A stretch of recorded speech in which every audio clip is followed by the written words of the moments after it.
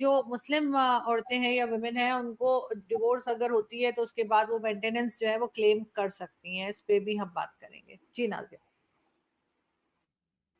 आज कल हमारे लिए बहुत बड़ा दिन था और मैं तो कहना चाहूंगी कि 38 साल का इंतजार जो है वो खत्म हुआ। या हुँ, मुसलमान बेटियों के लिए अगर आरजू जी कहें तो 1400 साल का इंतजार खत्म हो गया। जिस तरह से 2014 में मैंने ट्रिपल तलाक की एक याचिका सर्वोच्च न्यायपालिका में मैंने हुँ। फाइल की थी और उसके बाद 2017 में एक ऐतिहासिक जजमेंट ले करके मैं सर्वोच्च न्यायपालिका से निकली थी। मुझे आज भारत के अंदर बिम्स्टेक फॉरेन मिनिस्टर्स का इजलास हो रहा है, जिसको ज़ाहिर बात है भारत के जो फॉरेन मिनिस्टर हैं डॉक्टर जयशंकर उसको लीड कर रहे हैं। अब हो ये रहा है, जिसको अगर देखा जाए कि ये जो बिम्स्टेक है, ये एक ऐसा ब्लॉक भारत ने बना दिया है जिसमें उन्होंने पाकिस्तान को हमेशा हमेशा के लिए माइनस कर दिया। यूएसए, पूरी दुनिया ये कहती है यूएसए सुपर पावर है, मतलब दुनिया में माना भी जाता है इस टाइम सुपर पावर, लेकिन यूएसए के वहां से स्टेटमेंट आई है इंडिया को लेके कि अगर रशिया और यूक्रेन की वार कोई रुकवा सकता है, या प्रेसिडेंट जो हैं रशिया के के भी हैं।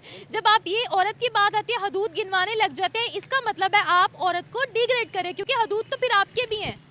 बिल्कुल। अब ये यहाँ पे जैसे अब यहाँ काफ़ी औरतें गुजरती हैं, हमें चाहिए हमें आँखें नीचे। गांधी जी संविधान को लहराते फिरते हैं ना ऐसे ऐसे लोकतंत्र के मंदिर में, पार्लियामेंट में, तो मुझे बड़ी हंसी आती है। जब ड्यूरिंग इलेक्शन राहुल गांधी जी कह रहे थे मुसलमानों के बारे में, उनको दर्द जाग रहा था, तब भी मुझे बहुत हंसी आ रही थी कि ये वो राजीव गांधी का बेटा है जिस राजीव गांधी ने मुसलमान बेटियों पर अत्याचार होने वाले सबसे बड़े ट्रिपल तलाक और उनके उनके मेंटेनेंस के जजमेंट को उठा करके फाड़ करके रद्दी खाते में फेंका था। ये उनका बेटा है जो आज मुसलमानों के द क्वेश्चन इज कि इंडिया ने अपनी जो नेबरहुड फर्स्ट पॉलिसी है उसमें जो जैसे एक्ट ईस्ट पॉलिसी थी या जो सगार विजन है उसके तहत इंडिया अपने इनिशिएटिव्स ले रहा है और ये तमाम ममालिक के साथ वो इंगेज कर रहा है।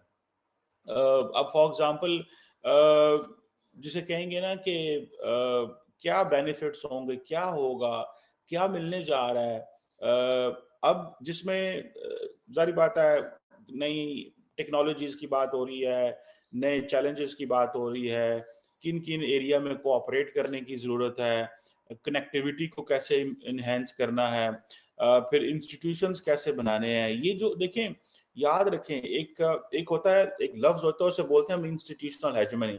ये जो मॉडर्न वर्ल्ड वॉर टू के बाद जो मॉडर्न ग्लोबल सिस्टम खड़ा हुआ, ये that is based on the institutional hegemony, it's not based on the individuals. Institution बनाओ। पक्ष की बात कर रहा है। ये बात तय है कि कांग्रेस को हमेशा से मुसलमान पुरुषों ने समर्थन दिया था और दे रहे हैं। मुसलमान महिलाओं ने कांग्रेस को कभी भी समर्थन नहीं दिया क्योंकि उनका दिल आज भी रोता है। अब बात आती है कि फ्रॉड सेक्युलरिज्म का जो गाना हमारे भारत में गाया जाता है, हम सेक्युलर हैं, हम सेक्युलर हैं, अरे भारत तो संविधान से चलेगा, यही चीज सारे नेशनल चैनल्स पर बैठ करके हमारे इस्लामिक प्रीचर और क्लेरिक कहते हैं, अरे भारत तो संविधान से चलता है, आप क्या बात कर रही हैं। संविधान से चलता है तो यूसीसी क्यों नहीं एक्सेप्ट करते हो, क्यों लुंगी डांस करते हो। संविधान से चलता है तो 1984 से लेकर के 2017 तक करोड़ों रुपए क्यों खर्च किए वकीलों के काफिला पर कि 3 तलाक बैन नहीं होना चाहिए। अगर भारत वाकई में संविधान से चलता है और मुसलमान पुरुष संविधान मानते हैं, तो जब पॉलीगेमी हलाला 2019 में मैंने कॉन्स्टिट्यूशन बेंच पर फाइल किया, तो क्यों वकीलों की फौज लेकर खड़े हो गए और पिटिशन अपना भी फाइल करवा दिया all India Muslim personal law board ने।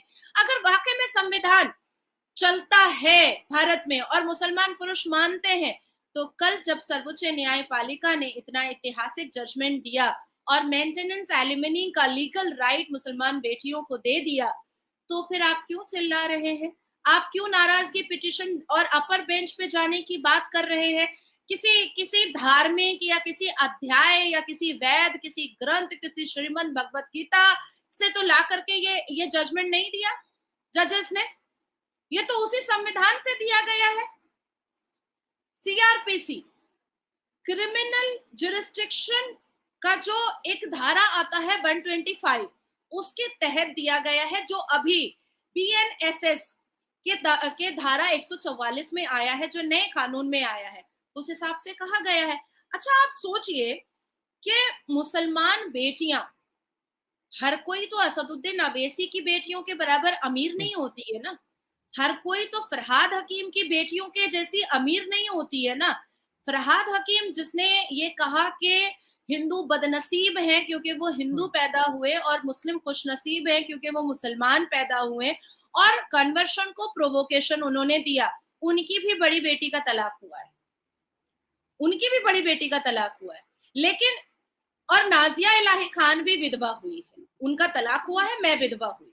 मैं 4 महीना 10 दिन इद्दत पे बैठी, मुझे इद्दत पे 100 रुपए मिलता था। क्या काम मेरी या बात सुने, जब आप हाँ। खुद अब आप मीडिया हैंडल कर रहे हैं, जी आपसे नहीं हैंडल हो रहा और मैं आपको कहूँ कि सर ये वीडियो अपना बनवाए, मैं बनवा सकता हूँ, अच्छा आपसे अच्छी, तो आपको इजाजत देनी चाहिए। नहीं, वो उसमें काम देखें, इसमें तो फ्रीडम ऑफ स्पीच की बात आ जाती है ना, आप बोले मैं बोलूं कोई भी बोले, लेकिन एक पाकिस्तान है, एक कंट्री है, उसका एक सिस्टम है। इनको चाहिए कि मदद करे अभी फिलिस्तीन। यूएसए, पूरी दुनिया ये कहती है यूएसए सुपर पावर है, मतलब दुनिया में माना भी जाता है इस टाइम सुपर पावर, लेकिन यूएसए के वहां से स्टेटमेंट आई है इंडिया को लेके कि अगर रशिया और यूक्रेन की वार कोई रुकवा सकता है, या प्रेसिडेंट जो हैं रशिया के पुतिन, उन्हें अगर कोई मना सकता है तो वो Indian prime minister Narendra Modi हैं। क्या कहेंगे, उनकी इस टाइम पूरी दुनिया में मानी जा रही है, दुनिया उनके ऊपर नजर रखे हुए है कि ये कुछ करें, क्या वजह, हम क्यों नहीं उस तरीके से कर सकते? सर देखिए, सुपर पावर तो सिर्फ अल्लाह ताला है, सबसे पहली बात। दूसरी बात, जो लोग उनको मान रहे हैं अमेरिका को, ये हमारे पाकिस्तान जो ये भी सुपर पावर उसी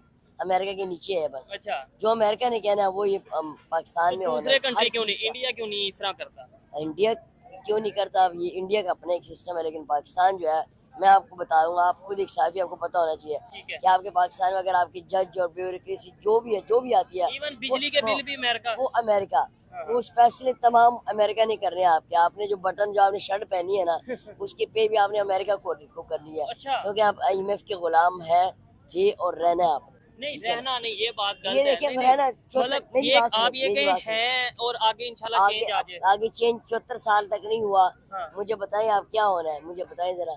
नहीं देखे ना, अभी भी ये कह रही है कि अगर हमने ये बड़े सोच, सख्त फैसले किए और हमने IMF के साथ बड़ी तवील मुद्दत के लिए जो वो है ठीक वो है। कर दिए, तो कब तवील मुद्दत का क्या मतलब है आपको? एक साइड पे आप ये कह रहे हैं कि भाई सुपर पावर अल्लाह की जात है, और दूसरी साइड पे ये कह रहे हैं कि हमने IMF के गुलाम रहना है। यही मैं कह रहा हूँ ना कि आप देखिए, मेरी बात सुने, हाँ, अल्लाह ताला सुपर पावर है, ठीक मैं है, ये कह रहा हूँ, और मैं अच्छा। आपको ये कह रहा हूँ कि आप तो हमारा गुलाम फिर हमने IMF का रहना। हमारे हुक्मरान करा रहे हैं ना हमारे। अच्छा। मैं ये कह रहा हूँ कि हमारे पाकिस्तान अमेरिका के जो है ना, उसके इजाजत के बगैर कुछ नहीं कर सकता, हमारे जितने भी हुक्मरान हैं। ठीक है, हम मैं ऐसा गलत कह रहा हूँ क्या आपको? उनके प्रेशर में आ गए हैं, क्या वजह है कि मतलब सर, अमेरिका के मैंने बगैर आपको आपने क्या बोला कह कि मैं शर्ट भी नहीं खरीद सकता, मतलब ये थोड़ी सादा सी बात है। अगर मैं आपको कह रहा हूँ कि आप हर चीज के जितने भी आप टैक्स देंगे ना, वो उनको जाएगा। ठीक है, नहीं क्योंकि आपको क्या कर्जा वजह है, मतलब क्या दुनिया के सारे कंट्रीज ऐसा कर रहे हैं? सबसे ज्यादा पाकिस्तान नंबर 1 पे है। हमारी जितनी भी ब्यूरोक्रेसी है ना, ठीक है, उनके मुताबिक आती है, वो सेलेक्ट करती है तो आती है। इससे बड़ी तो बात पाकिस्तान आजाद नहीं हुआ फिर? पाकिस्तान नाम पे आजाद 1947 में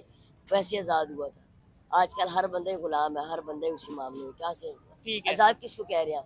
आजाद तो होता है जो अपने फैसले खुद करता है। कर पाए। अगर आप ईरान से डील मारते हैं तेल का लेने का, अगर आप उधर से गंदम रशिया से ले सकते हैं, अच्छा, तो अमेरिका आपको खुली धमकी दे रहा है, आपको नहीं पता? ऐसे ही मीडिया पे वो कह रहे हैं तो कि आप नहीं कर सकते। यही सवाल है, मतलब मैं यही भी आपको बात कह है रहा हूं कि बेसिक। हमारे मुल्क, हमारा, आप कहते हैं पाकिस्तान के हम क्या गुलाम, बिल्कुल ये गुलाम है ये नहीं होगा, लेकिन आने वाले टाइम में बेहतरी आ सकती है। इन्होंने जो बात की है कि ईरान से क्यों नहीं ऑयल ले रहे, ये बिल्कुल साथ है, स्मगलिंग के थ्रू, यानी इलीगल वे में हम ऑयल ले रहे हैं, लेकिन लीगल वे में हम गवर्नमेंट टू गवर्नमेंट उनसे डील नहीं कर पा रहे हैं। रशिया से गवर्नमेंट टू गवर्नमेंट ऑयल उन US की मर्जी के बगैर नहीं ले पाते। दूसरे कंट्री, बात है, एक दोस्त थे मेरे चाइना, उस पे कोरियन, यहाँ पे आते थे हमारे पास। जबरदस्त। एक दिन वो बड़े अपसेट होके आते थे मेरे पास, आके बैठे थे। एक दिन अपसेट होके बैठे, मुझे कहते हैं कि इस्लाम, मैंने कहा जी today I am so sad. मैंने कहा क्यों?